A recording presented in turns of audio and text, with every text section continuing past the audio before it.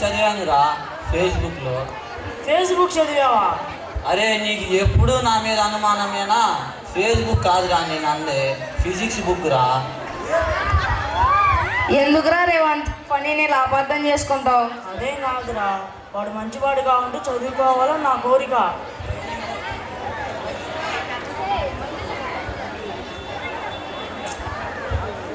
ఎందుకురా రేవంత్ ఫనీని ఇలా అబద్ధం చేసుకుంటావు? అదేం కాదురా, వాడు మంచివాడుగా ఉండి చదువుకోవాలని నా కోరిక. వచ్చాడయ్యా సర్వేపల్లి రాధాకృష్ణ. ఫనీ ఏం చిన్నపిల్లోడు కాదులే, వాడికి అన్నీ తెలుసులే, నువ్వు వెళ్ళి చదువుకో. పని పాడు కాకుండా నేను చూసుకుంటాను.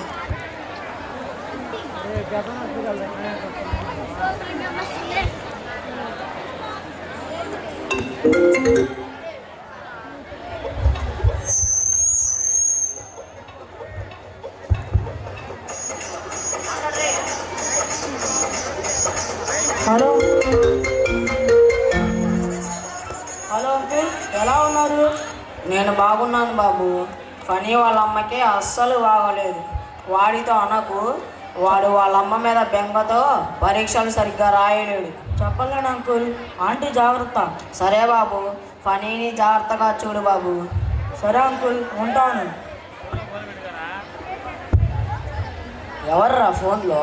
పని వాళ్ళ నాన్నరా, వాళ్ళ అమ్మకి అసలు బాగాలేదట. ఆ విషయం వాడు చెప్పొద్దు, ఆ బెంగతో చదవడేమో అని బాధపడుతున్నారు. బెంగ దొంగ, రేపటి నుంచి పరీక్షలు. అవి అయిపోయిన కాడ నుంచి అమ్మ దగ్గరే ఉండాలిగా, అప్పుడు చూసుకుంటాలే అమ్మని. మీ తల్లిదండ్రులు ఎంతో కష్టపడి చదివిస్తున్నారో నీకు అర్థం కానడం లేదు.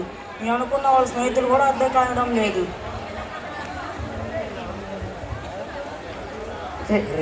రేవంత్ ఇంకోసారి ఫనీ విషయంలో జోక్యం చేసుకోకు, మర్యాదగా ఉండదు.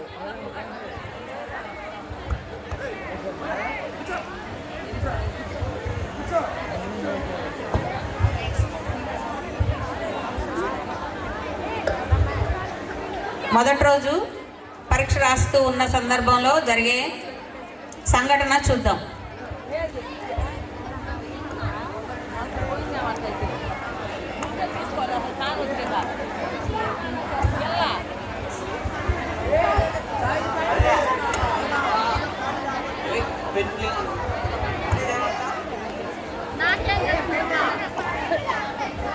వచ్చినంత వాటికే రాయండి రా, కాపీలు ఉంటే బయట పడేయండి. అలాగే సార్. ఈరోజు స్క్వాడ్ కూడా వస్తుంది, జాగ్రత్తగా రాయండి.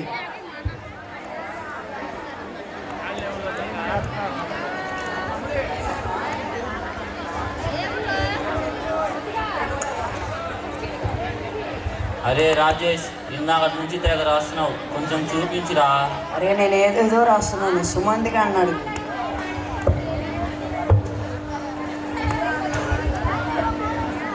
అరే సుమంత్, కొంచెం చూపించురా, నాకు తెలియని ప్రశ్నలు వచ్చాయి.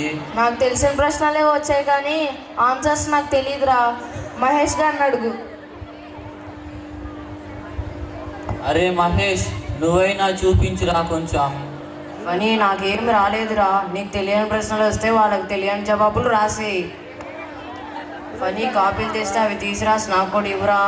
మీరు తీసుకువస్తారని చెప్పి నేను తీసుకురాలేదురా. వాడు ఏ పని సరిగా చేయడని మనకు తెలుసుగా, వాడిని ఎలా నమ్మావురా?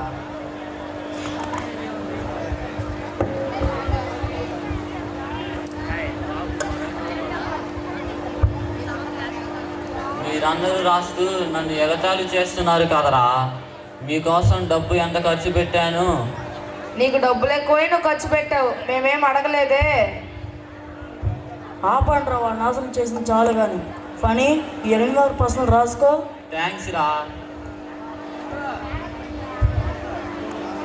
ఏంట్రా మీ మాటలు, ఇది ఎగ్జామ్ హాల్.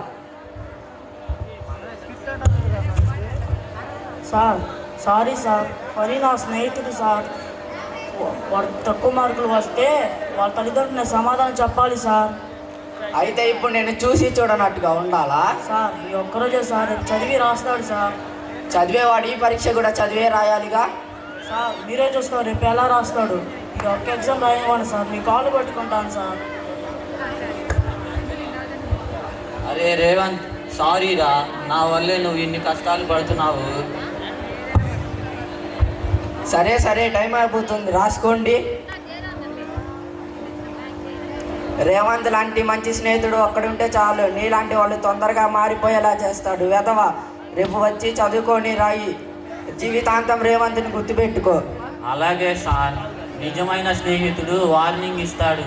ఆ వార్నింగ్ తీసుకుంటే మంచి జీవితం, తీసుకోకపోతే నాలానే అవుతారు సార్. చూసారా తల్లిదండ్రులు, మీ పిల్లలు చెప్పే మాటలన్నీ నమ్మకండి, వాటిని పరిశీలించి వాటి మార్గంలోనే నడవండి.